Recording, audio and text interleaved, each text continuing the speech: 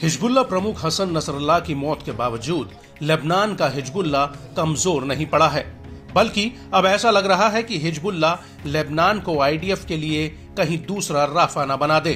वो राफा जिसे आईडीएफ के लिए मौत का जाल कहा गया, जिसमें जो भी इजरायली सैनिक जाता वो मौत के जाल में फंस जाता।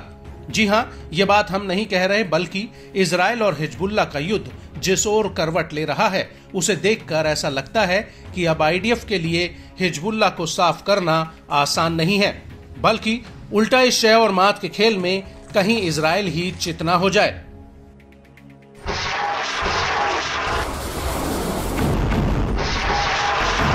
वो इसलिए क्योंकि लेबनान में आईडीएफ के लिए एक एक दिन अपनी मौत का दिन साबित हो रहा है और अब दक्षिणी लेबनान में हिजबुल्लाह के साथ जंग में आईडीएफ के 5 और सैनिक मारे गए हैं, जबकि 37 जवान घायल हुए हैं। मीडिया रिपोर्ट्स के मुताबिक इन सैनिकों की मौत 2 घटनाओं में हुई। पहली घटना 23 अक्टूबर 2024 को हुई, जिसमें 4 सैनिक मारे गए, जबकि दूसरी घटना 24 अक्टूबर को सुबह हुई, जिसमें आईडीएफ का 5वां सैनिक मारा गया। इजरायली मीडिया के मुताबिक 4 सैनिकों की मौत इजरायल के जारिद सेटलमेंट के उस पार दक्षिणी लेबनान में हिजबुल्लाह के साथ एक झड़प में हुई और इस झड़प में कार्मेल ब्रिगेड के 4 सैनिक मारे गए और यहीं पर इसी ब्रिगेड के अतिरिक्त 4 सैनिक भी गंभीर रूप से घायल हो गए। आईडीएफ के मुताबिक हिजबुल्लाह के लड़ाकों ने आईडीएफ के ऊपर एक सुरंग में गोरिल्ला स्टाइल में हमला कर दिया। रिपोर्ट्स के मुताबिक हिजबुल्लाह के लड़ाकों ने सुरंग में छिपकर आईडीएफ के ऊपर ताबड़तोड़ ग्रेनेड बरसाने शुरू कर दिए, जिसकी वजह से रेस्क्यू ऑपरेशन भी काफी मुश्किल हो गया। और गौर करने वाली बात यह है कि जहां पर ये झड़प हुई वो पूरा इलाका घने जंगलों से घिरा था।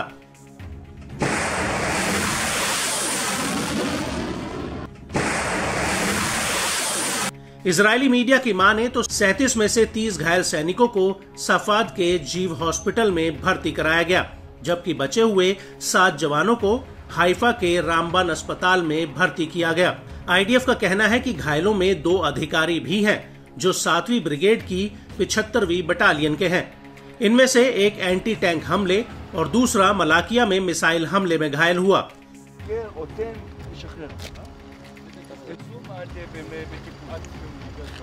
यहाँ पर आपको ये भी बता दें कि इन हमलों को लेकर हिजबुल्लाह ने बड़ा दावा किया है।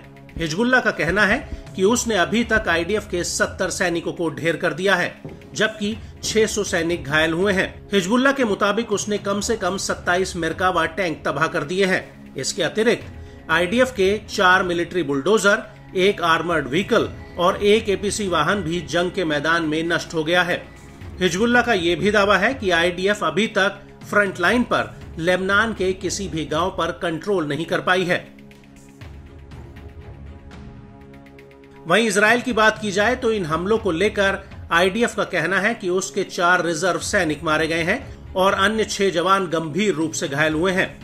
मृतकों में एक सैनिक ओकेस कैनाइन यूनिट का था, जिसकी मौत 24 अक्टूबर 2024 को हुई।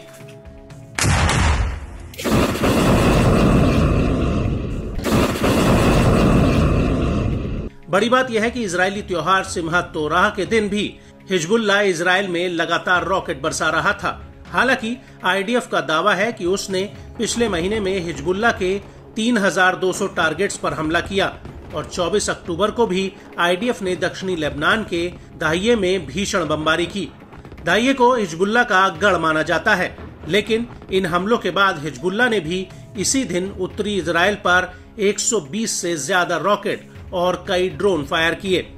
टाइम्स ऑफ इजरायल के मुताबिक इसमें से कई रॉकेट कार्मेल शहर की रिहायशी इमारतों पर जाकर गिरे हैं, जिनमें भारी नुकसान हुआ है। लेकिन इस घटना को लेकर आईडीएफ का कहना है कि कार्मेल इलाके पर 5 रॉकेट दागे गए थे, जिन्हें एयर डिफेंस ने इंटरसेप्ट कर लिया।